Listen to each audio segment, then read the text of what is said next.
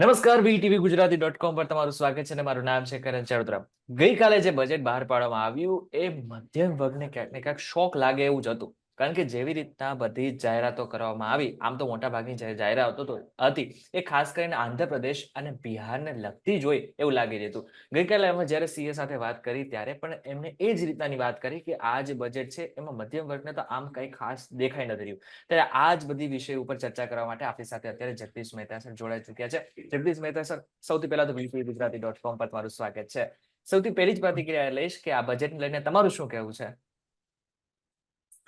જુઓ, આ બજેટ હોય કે આઝાદીથી માંડીને આજ સુધીના બધા જ જેટલા પણ ફૂલ ગુલાબી બજેટ કહેવામાં આવે છે એ બધાય હોય. તમે ક્યાંય સાંભળ્યું છે? દાખલા તરીકે આજે બજેટનો બીજો દિવસ છે, તમે બજારમાં ક્યાંય ફૂલ ગુલાબી ચિત્ર જોયું છે ખરું? શાક માર્કેટમાં રોનક જોઈ છે, કાપડ માર્કેટમાં રોનક જોઈ છે, ઘઉં બાજરો કરિયાણાની દુકાને બધા હાય ને ટેસ્ટની માંડ્યા હોય ખરીદવા. એવું ક્યાંય સાંભળ્યું છે બેંકોમાં ભીડભાડ થઈ ગયું હોય કે ભાઈ હવે તો સ્ટાન્ડર્ડ ડિડક્શન ઘટાડી નાખ્યું એટલે આપણને મધ્યમ વર્ગને ફાયદો થઈ ગયો, હાલો બેંકમાં પૈસા જમા કરાવી, હાલો કાઢવા? સાંભળ્યું ક્યાંય કશું જોવા મળ્યું? ગઈકાલે બજેટ હતું, આજનો દિવસ એ બુધવાર પછી ગુરુવાર જે હોય તેમાં કાંઈ ફેર પડ્યો હોય તો મને તમે કયો. શું કામ નથી થતું અને શું હોવું જોઈએ એ કહું છું. બજેટ એટલે ખેરાત નથી, બજેટ એટલે વરસાદ નથી, બજેટ એટલે સરવાળો બાદબાકી અથવા તો સરવૈયું. હું ને તમે મહિને જે પૈસા કમાઈએ, મહિનાનો આપણો જે પગાર હોય, પછી આપણે પગાર આવે એટલે બજેટ નથી નક્કી કરતા કે આ વખતે આપણે દીકરીના કપડા લેવા છે કે છોકરાની ફી ભરવી છે, ખાટલો લેવો કે હિંડોળો, કૂપડું લેવું કે હાવરણી. હવે આવી જ બધી એક પિષ્ટ પિંજણ છે કે બજેટમાં કેન્દ્ર સરકારને જેટલી આવક આવવાની હોય એમાં આ વર્ષે એને કેટલા રૂપિયા ક્યાં વાપરવા. હવે એમાં મિડલ ક્લાસ ને આનંદ, તમે જુઓ આનંદ ને કેવું બધું પ્રોબ્લેમ, હું તમને એમ સમજાવી શકીશ એટલે ખબર પડે સામાન્ય માણસોને કે તમે એમ કહેજો કે મોબાઈલ સસ્તો થયો. દાખલા તરીકે ગઈકાલે છાપામાં આવ્યું ને આપણે બધાએ લખ્યું મોબાઈલ સસ્તો થયો, તો રિચાર્જ તો મોંઘા થયા. તેનો અર્થ શું? પેલા જમાનામાં માણસો એમ કહેતા કે એક દોકડાનો ઊંટ મળતો તો. ગામડામાં તમે જાઓ ને 100 વર્ષના ડોસીમાને પૂછો કે તમારી જિંદગીમાં તમને કોઈ, આ મેં પૂછેલો પ્રશ્ન છે એટલે કહું છું, 105 વર્ષના એક ડોસીમાને પૂછેલું કે હું કમસે કમ સમજણો થયો ત્યારથી તો મોંઘવારીની રાયડું બધા નાખે છે, તો તમારા સમયમાં હું, તમે મારા જેવડા હો, એટલે મેં પ્રશ્ન પૂછ્યો, એને આજે 35 વર્ષ થયા છે. મેં માજીને એમ કીધેલું કે તમે જ્યારે નાના હોય તમને યાદ આવતું હોય મને કયો, તમે સોંઘવારી એટલે કે મોંઘવારી નહીં એવું કોઈ દી સાંભળ્યું તું ખરું? અથવા તો તમને એવું ક્યારેય થયું કે હવે તો ભાઈ બહુ સોંઘવારી છે? ડોસીમાનો જવાબ શું હતો ખબર છે? ડોસીમાએ કીધું તું કે ભાઈ બેટા, એ જમાનામાં એક દોકડાનો ઊંટ મળતો હતો, આખો ઊંટ લેવો, એક જ દોકડાનો. દોકડો ત્યારે ખાનાવાળા પૈસા આવતા.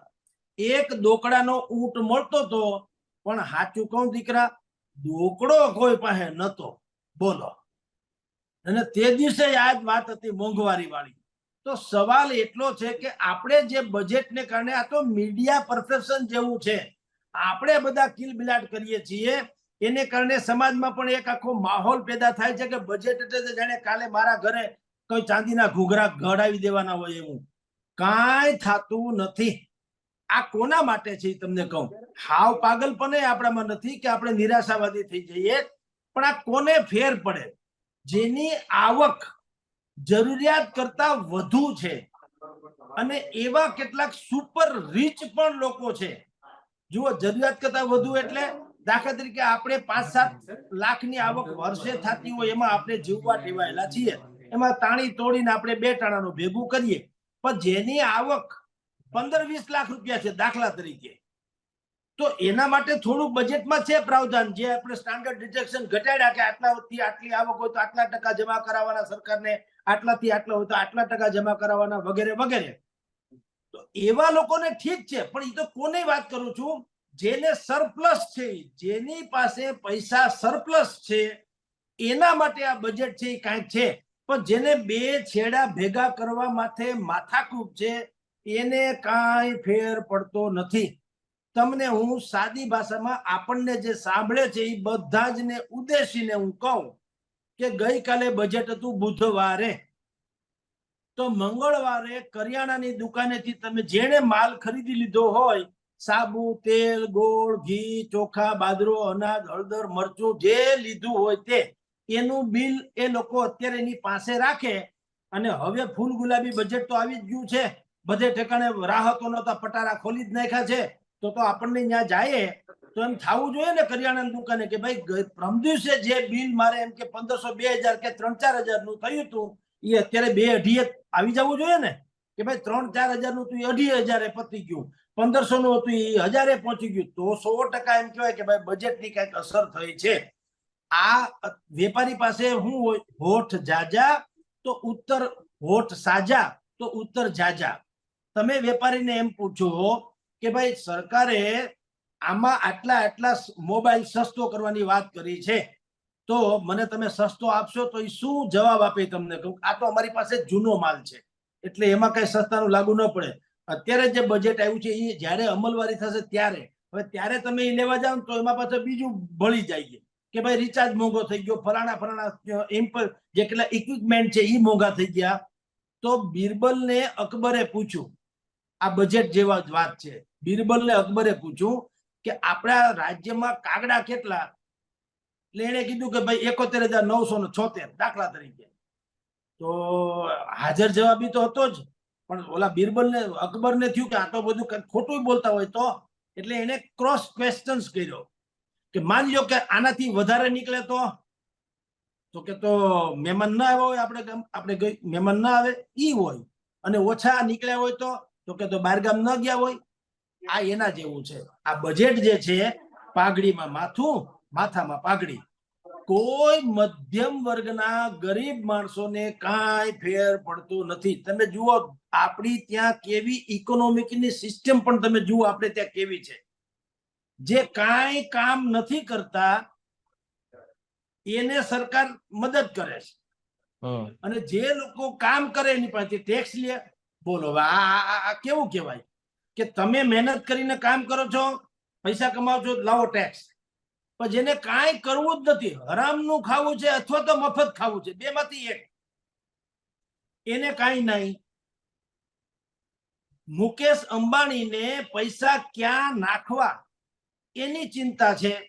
મારે ને તમારા જેવા કરોડો લોકો છે ક્યાંથી કાઢવા એ ચિંતા છે. મોરારી બાપુ એક બહુ સારી વાત કરે છે, 5 મણ ઘઉંની ગુણ એક સાથે જે ખરીદી શકે એ ઉપાડી ન શકે, અને એક સાથે જે ઉપાડી શકે મજૂર એ ખરીદી ન શકે.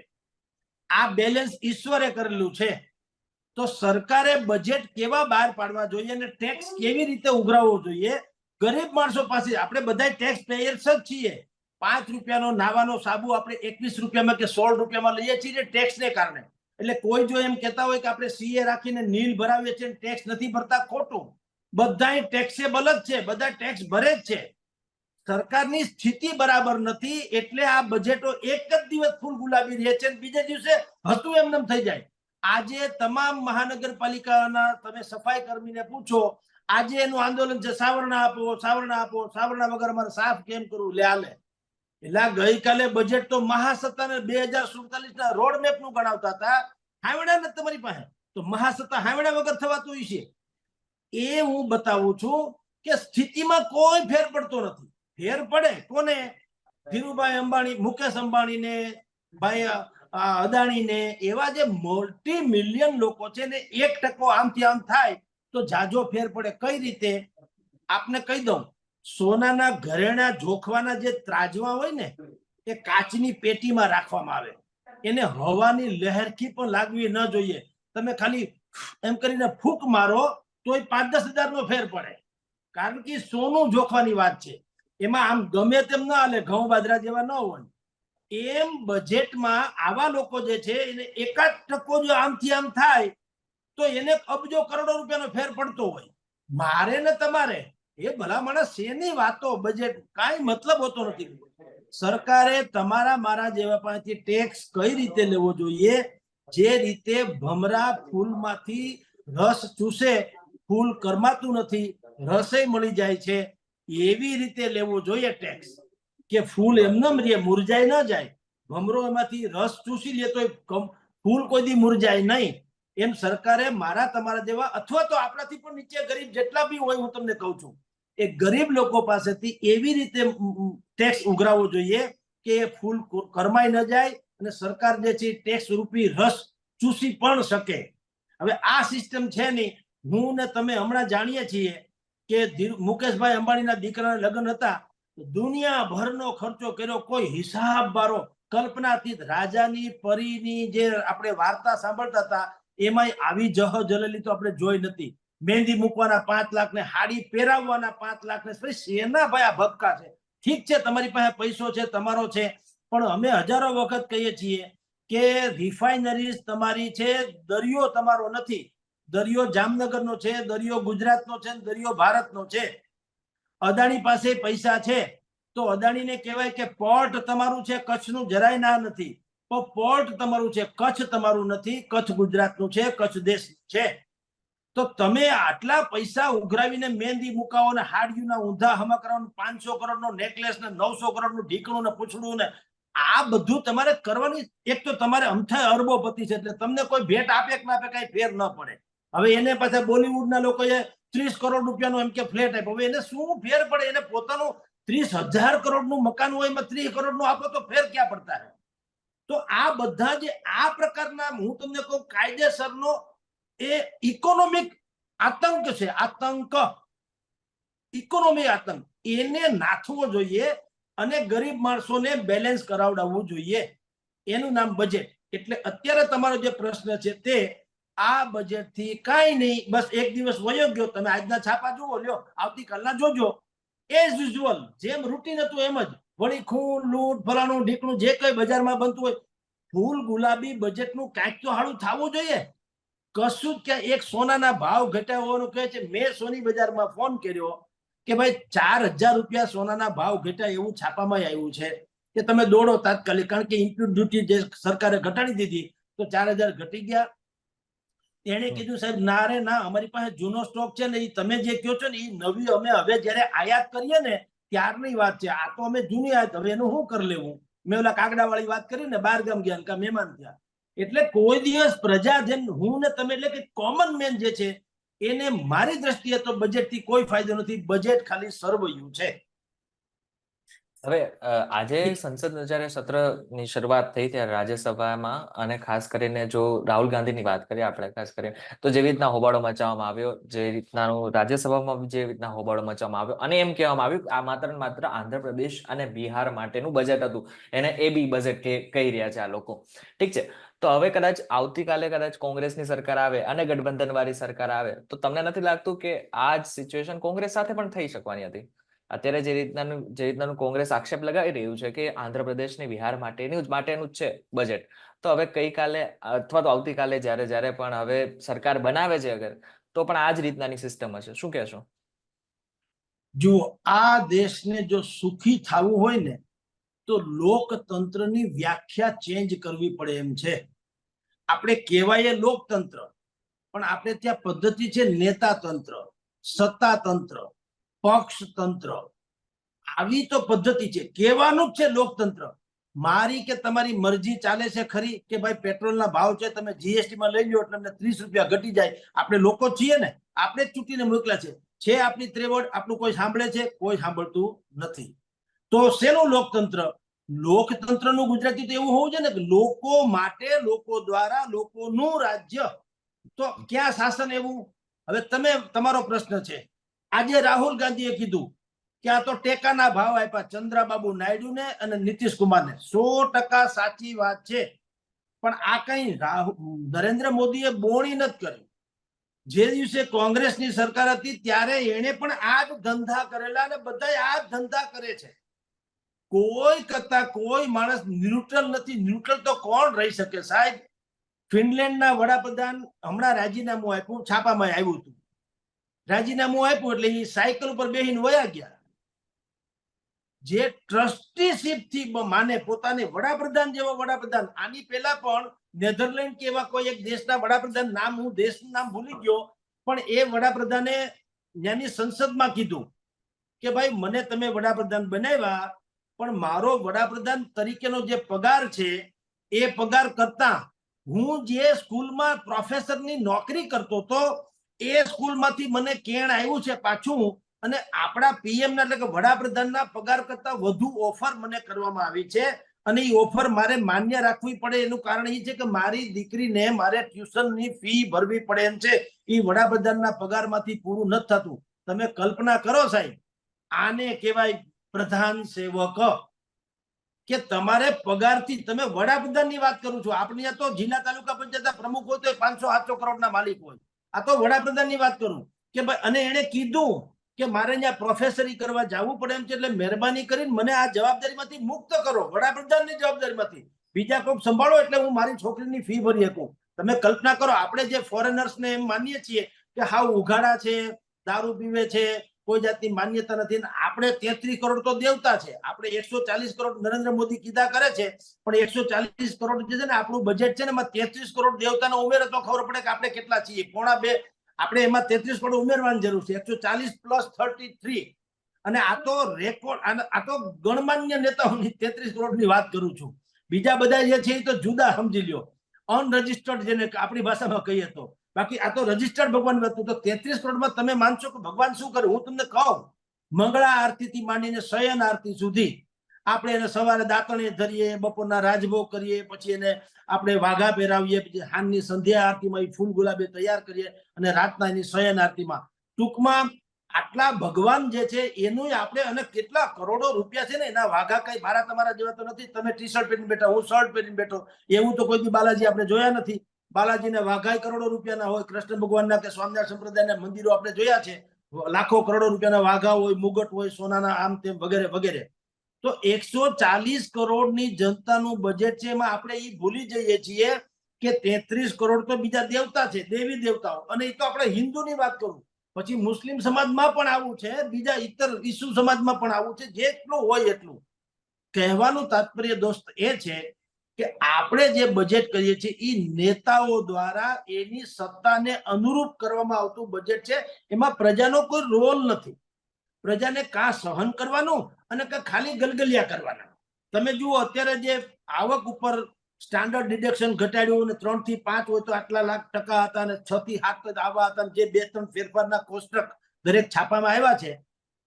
કોનું ભલું થઈ ગયું મને કયો? કોણે કીધું કે ભાઈ મને આ ફેરફાર થયો એટલે મેં છે ને આ નવું ટીવી એને કારણે લીધું? મને એક વ્યક્તિ બતાવી દો કે ભાઈ આ ડિડક્શન ઘટ્યું એટલે મારે આ ટીવી આવ્યું, નતું ટીવી નતું આવતું, મને કહી દો કશું. કારણ કે આમાં છે ને દૂરંદેશી નથી સાહેબ બજેટમાં. હું તો એમ કહું છું, લાલી લિપસ્ટિક અને આ ફેર એન્ડ લવલી, આ તો એક્ઝામ્પલ છે. એના વગર ક્યાં મરી જઈએ છીએ. એ ફેર એન્ડ લવલી ની ટ્યુબ, એવડી ટ્યુબ માની લો કે 100 ની આવતી હોય, ભલે 500 રૂપિયાની આવે, લેવું હોય લે, જેને ગોરો દેખાવું હોય ને રૂપકડો દેખાવું હોય ને. એના વગર ક્યાં ગુજરી જઈએ છીએ. પણ દૂધ 10 રૂપિયા મળવું જોઈએ, કારણ એના વગર છોકરાને હાલે નહીં, માંદા લોકોને હાલે નહીં. દૂધ 10 રૂપિયા મળવું જોઈએ. પેટ્રોલ પીવાતું નથી, પણ પેટ્રોલ વગર જીવાતું નથી.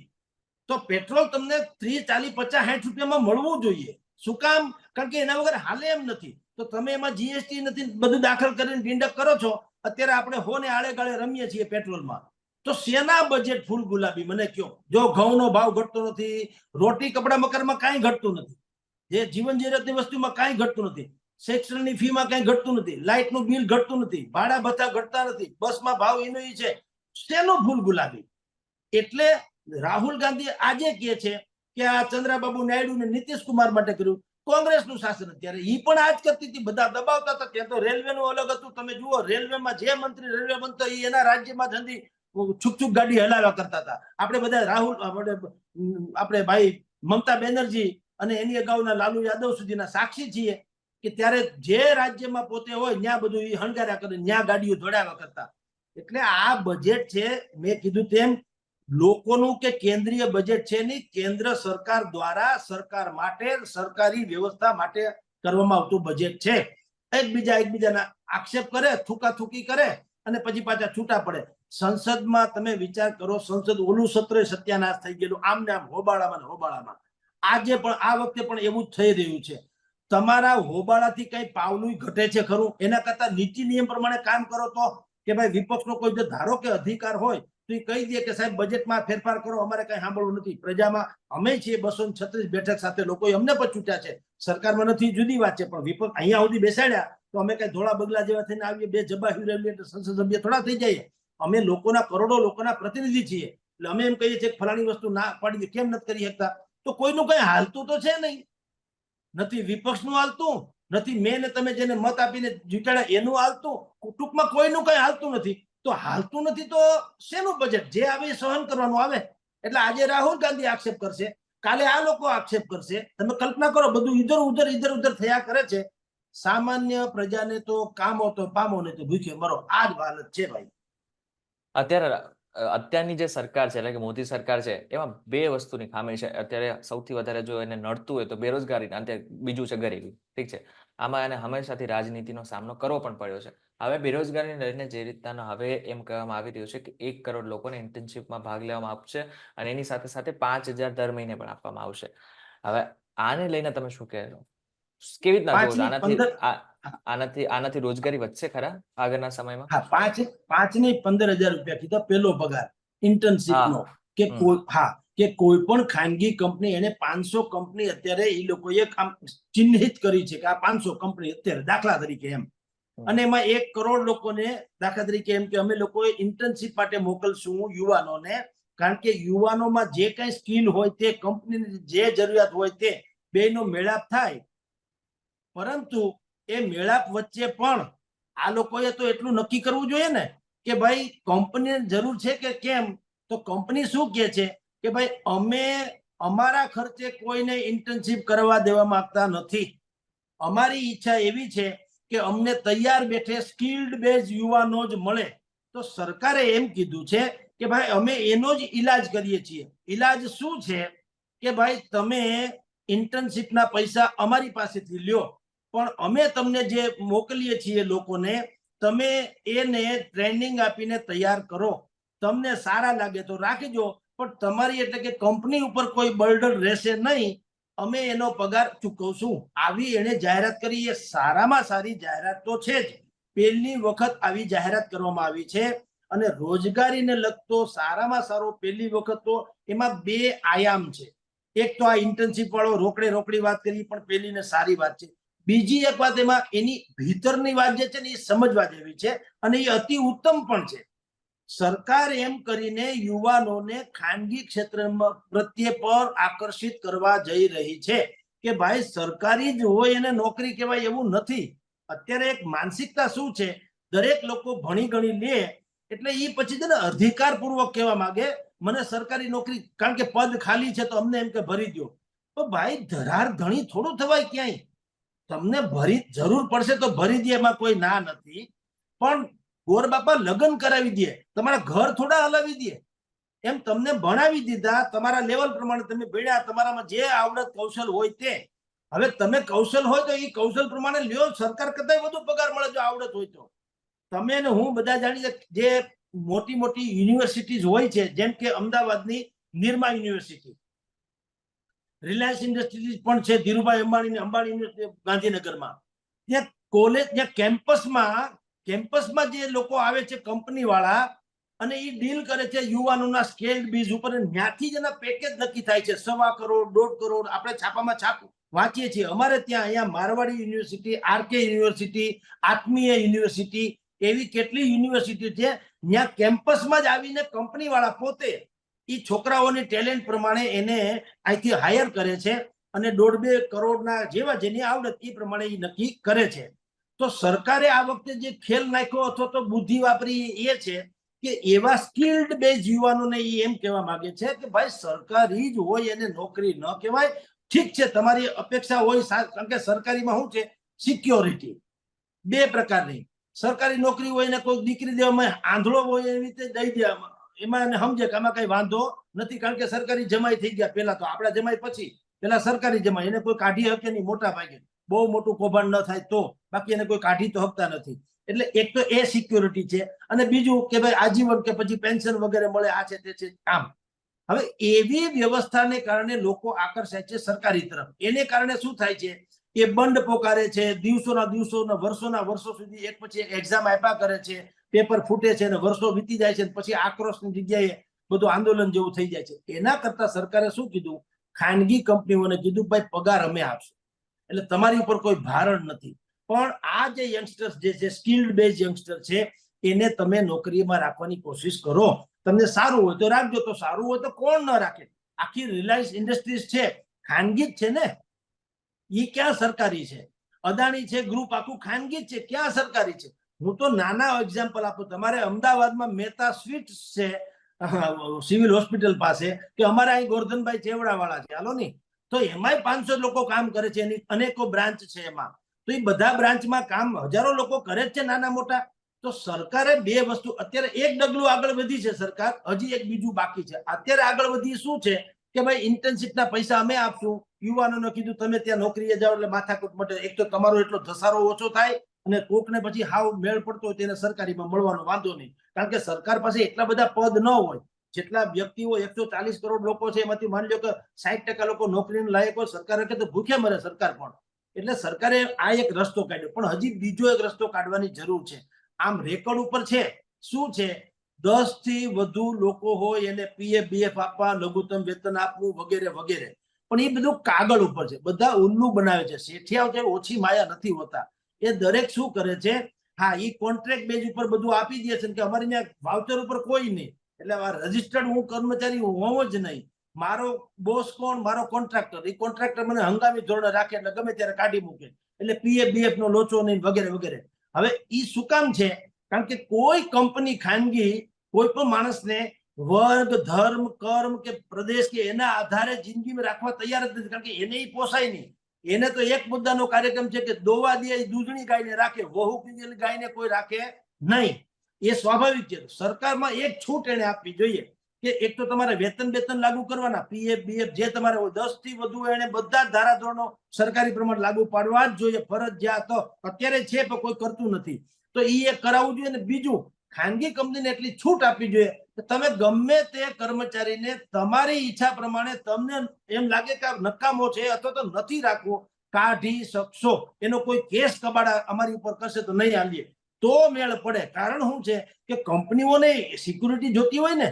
હું આગળ ગમે એક જ્ઞાતિ, વર્ગ કે પ્રદેશના નામે હું અહીં ચડી બેસું, જેમ કે થોડાક સમય પહેલા કર્ણાટકની સરકારે, કોંગ્રેસની સરકારે આવો ફતવો બહાર પાડ્યો હતો કે અમારે ત્યાં એમ કે જેટલી ઇન્ડસ્ટ્રીઝ છે ખાનગી, એમાં અમુક લેવલના કર્મચારીઓ જે વર્ગ 3, 3, 4 ક્લાસના, એમાં 100% અમારા કન્નડ ભાષાના જાણકાર હોય એને જ રાખવા. એટલે ભાઈ ભાષા તમે જાણો કે ન જાણો, મને ઉપયોગી તો હોવો જોઈએ ને. તો ભાષા જાણે તેના માવતરને કાં ગમતો નથી? ભાષા જોડે કઈ પૈસા દઈ દે? આવડત સિવાય કાંઈ વસ્તુ ભવિષ્યમાં હાલવાની નથી. માવતરને પણ આપણે જો વૃદ્ધાશ્રમમાં મૂકી દેતા હોય, અને માવતર પણ જો કમાવ દીકરાને વધુ ઘી વાળી રોટલી દેતો હોય, ન કમાતો હોય, ઠોહા મારતા હોય, તો પછી સરકાર કે કંપની તો શું કામ તમારું વાલા વાલા કરે? એમ તમને કહું, તમે ક્યાં કોઈ મામા માસીના છોકરા છો? એટલે ઈ જેમ એનું ખોટું પડ્યું કર્ણાટકનું, હરિયાણા સરકારે પણ આવું ડિંડે કર્યું હતું, મહારાષ્ટ્ર, ઉત્તર પ્રદેશ, બધી સરકારોએ આવા દાખલા કરી જોયા, કોઈનું હાલ્યું નથી, ક્યાંય હાલે પણ નહીં. ખાનગીમાં તમે એમ કહો તમારે કીધે ન હાલે, એને તો કામઢા માણસો જોઈએ, આવડત વાળા માણસો જોઈએ. એટલે સરકારે બે કરવું જોઈએ. અત્યારે જે પેલું પગલું ભર્યું તો છે જ, ઇન્ટર્નશીપનો પગાર આપીને યુવાનોને ખાનગીમાં દાખલ કરવાનો, પણ પછી એક બીજું કરવું જોઈએ. સરકારે તમામ ખાનગી આવી કંપનીની વાત કરું છું, રિલાયન્સ ને અદાણી જેવી વાત કરું છું, આવ સામાન્ય ચા વાળાની વાત નથી કરતો, ને તો 10 છોકરા ન્યાય હોય. પણ હું મોટી કંપનીની વાત કરું, જે કરોડો રૂપિયા કમાય છે, પેટ્રોલ પંપ લે છે, ફાર્મ હાઉસ બનાવે છે, બંગલા ઉપર બંગલા બનાવે છે, તો એને કેવું જોઈએ સરકારે કે ભાઈ મેં તમને જેમ પહેલા કીધું એમ કે ભાઈ રિલાયન્સ ઇન્ડસ્ટ્રીઝનો રિફાઇનરીઝ તમારી છે, દરિયો તમારો નથી. દરિયો ગુજરાતનો છે, જામનગરનો છે. એમ ઇન્ડસ્ટ્રી કચ્છ જે તો પોર્ટ તમારું છે, આ દરિયો, આ કચ્છનું રણ કે કચ્છ પ્રદેશ એ તમારો નથી, અદાણીનો. એમ સરકારે કેવું જોઈએ કે તમે જે પૈસા કમાવ છો એમાં સરકારનું યોગદાન છે ને. તમને સસ્તા ભાવે જમીન આપી, સસ્તી લાંબી લોન આપી, તમને અહીંયા સુધી રોડ, રસ્તા, નળ, ગટર, લાઇટ, બટર બધું વહીવટ કરી દીધો. તો એ શું કામ કરી દીધું? કારણ કે અમારે ત્યાં જે યુવાનો શિક્ષિતો થાય અથવા તો લાયક થાય, એને તમારે નોકરી આપવાની, જેથી કરીને આખું પડી ન ભાંગે આ સ્ટ્રક્ચર. એટલે સરકારે એટલું કરવું જોઈએ ખાનગી વાળાને કે ભાઈ તમે અત્યારે જેમ અમે તમને કીધું તમે એને રાખો, અને પછી જો તમે એને રાખો નોકરી ઉપર, તો સરકારી ધારા ધોરણ પ્રમાણેના જ બધા પગાર ભથ્થા તમારે એને આપવા પડશે. ફેર એટલો, સરકારમાં જેમ અત્યારે કોઈને કાઢી નથી શકાતા તો માંડ કાઢી શકાય છે, ભાગ્ય જ કાઢી શકાય છે, એવું નહીં. તમને અત્યારે જગદીશ મહેતા ગમ્યા, તમે લીધા, મારો પીએફ સીએફ જે કઈ કપાતું મને મળે, 2 મહિના પછી તમને એમ લાગે કે ભાઈ ગમતા નથી, કહેવાનું સોરી જગદીશભાઈ, છૂટા પાપમાંથી, તો મારે બીજી ગોતી લેવાની. એમાં કઈ કેસ કબાડા ન થવા જોઈએ. તો આખા દેશની રોજગારીનો જે પ્રશ્ન છે, બેરોજગારોનો રોજગાર, એ આખો એક ધડ મૂળથી નીકળી જાય, સરકારે ફ્રી થઈ જાય, યુવાનોને પણ મજા. કારણ કે યુવાનોને જોઈએ છે હું સિક્યુરિટી, જોબ સિક્યુરિટી, કામની પણ સંતોષ અને દામનો સંતોષ. તો એ જો ખાનગીમાં મળી જતું હોય, પછી અવળ હવળ કરો તો ઘરમાંથી માવતરે કાઢી મૂકે છે, એટલે કંપની કાઢી મૂકે એ કઈ જેવી તેવી વાત નવાઈ નથી.